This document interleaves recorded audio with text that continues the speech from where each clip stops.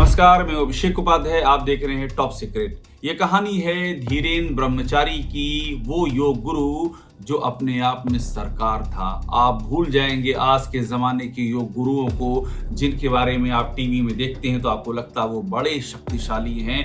धीरेन ब्रह्मचारी की जो ताकत थी वो उसका अंश मात्र नहीं थे। धीरेन ब्रह्मचारी नेहरू जी के योग गुरु थे, वे इंदिरा जी के योग गुरु थे। सरकार चलाते थे धीरेन ब्रह्मचारी, जिस पे हाथ रखते थे वो मंत्री उन्नति की सीढ़ियों पर चढ़ जाता था, और जिस पे उनकी निगाहें टेढ़ी हो जाती थी उस मंत्री का करियर ही चौपट हो जाता था।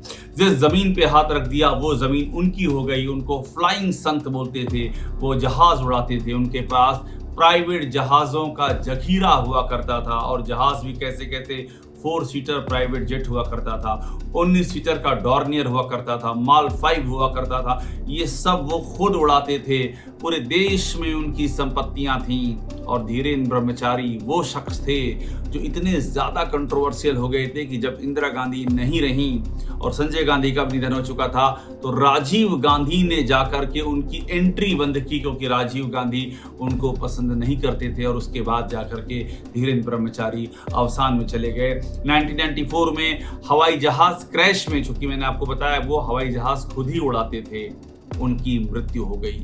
मगर आज वो चर्चा में क्यों है, ये सवाल बनता है। वो चर्चा में इसलिए है क्योंकि हरियाणा में, मैंने आपको बताया देश भर में उनकी प्रॉपर्टीज थी, तो हरियाणा में 24 एकड़ में उन्होंने अपर्णा आश्रम की स्थापना की थी।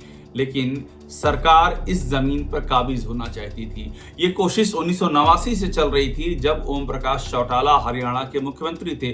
उन्होंने भी कोशिश की कि इस जमीन पर सरकार काबिज हो जाए, लेकिन तब धीरेन ब्रह्मचारी जीवित थे। वो चले गए पंजाब हरियाणा हाई कोर्ट ने रोक लगा दी।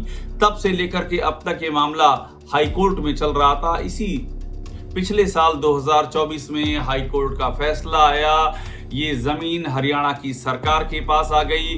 उसके बाद डिवीजन बेंच ने इस फैसले को पलटा, सरकार बिल लेकर के आई। बिल लाने के बाद सरकार ने इस जमीन को सरकार के नाम करने की पूरी तैयारी कर ली, और उसके बाद इस बिल को राज्यपाल के पास भेजा। राज्यपाल ने इसे राष्ट्रपति के पास भेज दिया है, और राष्ट्रपति अगर अपनी सैंक्शन दे देती हैं तो धीरेन ब्रह्मचारी की ये जमीन हरियाणा सरकार की हो जाएगी। मगर सवाल ये कि धीरेन ब्रह्मचारी की आज चर्चा करने का औचित्य क्या है। आप जब धीरेन ब्रह्मचारी के बारे में जानेंगे तो आपको मालूम पड़ेगा कि किस तरह से सत्ता की पूरी कुंजी, पूरी चाबी एक व्यक्ति के हाथों में होती थी। इंद्र कुमार गुजराल, जो पूर्व प्रधानमंत्री रह चुके हैं, उन्होंने अपनी जब किताब लिखी तो लोग सन्न रह गए। उनकी जब किताब सामने आई, उस किताब में उन्होंने एक एक पन्ने में इस बात का ब्यौरा दिया कि धीरेन ब्रह्मचारी कितने पावरफुल थे। उन्होंने उस दौर को याद किया कि जब वो आवास राज्य मंत्री थे तो उनके पास धीरेन ब्रह्मचारी का फोन आया। धीरेन ब्रह्मचारी ने उनसे किसी काम के लिए कहा, किसी बेशकीमती जमीन के लिए कहा। धीरेन ब्रह्मचारी चाहते थे कि वो जमीन उनके आश्रम के नाम कर दी जाए। इंद्र कुमार गुजराल ने इससे मना किया, तो धीरेन ब्रह्मचारी ने उनको फोन पे धमकाया कि तुम्हें डिमोट कर दिया जाएगा। इंद्र कुमार गुजराल फिर भी नहीं माने। उनको लगा ये कैसे हो सकता है कि मैं प्रधानमंत्री को रिपोर्ट करता हूं और एक योग गुरु मुझे धमकी दे रहा है कि मुझे डिमोट कर दिया जाएगा। लेकिन बाद में यही हुआ। इंद्र कुमार गुजराल के ऊपर एक कैबिनेट मंत्री को बिठा दिया गया, और उनका नाम था उमा शंकर दीक्षित। इंद्र कुमार गुजराल ये सारी शिकायत लेकर के इंदिरा गांधी के पास गए, लेकिन उनकी इंदिरा गांधी ने एक ना सुनी। इंद्र कुमार गुजराल ऐसे पहले नहीं थे, और भी ऐसी कई कहानियां हैं जब धीरेन ब्रह्मचारी की ताकत का सिक्का और ताकत का लोहा उस दौर के मंत्रियों ने माना। मैंने आपको बताया कि इंद्र कुमार गुजराल के ऊपर उमा शंकर दीक्षित को बिठा दिया गया था।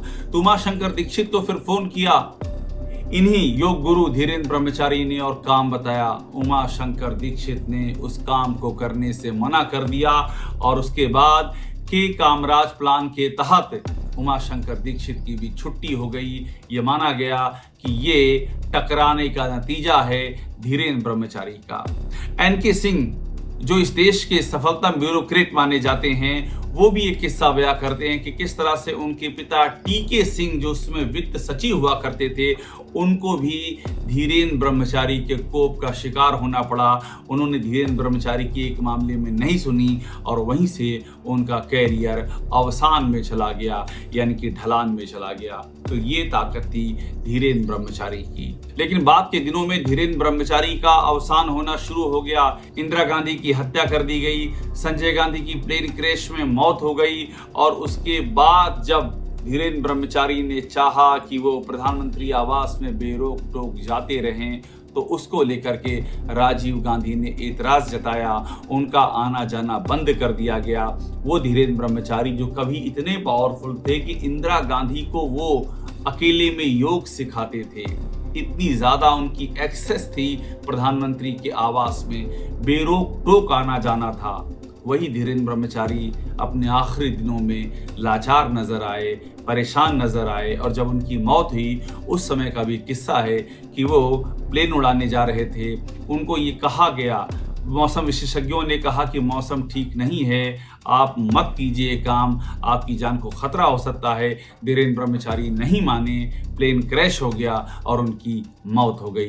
तो ये थी भारत के सबसे सफलतम और सबसे विवादास्पद योग गुरु धीरेन्द्र ब्रह्मचारी की कहानी, जो इस समय एक बार फिर से चर्चा में है।